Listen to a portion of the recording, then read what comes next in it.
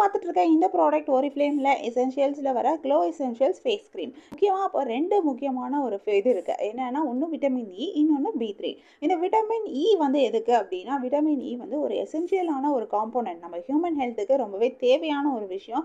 இது வந்து healthy looking ஸ்கின்னை மெயின்டைன் பண்ண, உங்களுக்கு ஹெல்தி லுக்கிங் ஸ்கின் வேணும் அப்படின்னா அதுக்கு கண்டிப்பாக உங்களுக்கு விட்டமின் இ தேவை.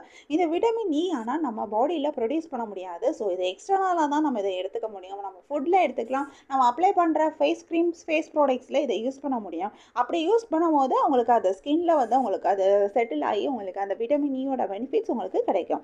இது வந்து உங்களுக்கு விட்டமின் இ வந்து எக்ஸ்டர்னல் சோர்சஸில் கிடைக்கிறத ஒரு வைட்டலான ஒரு விஷயமா மாற்றுது.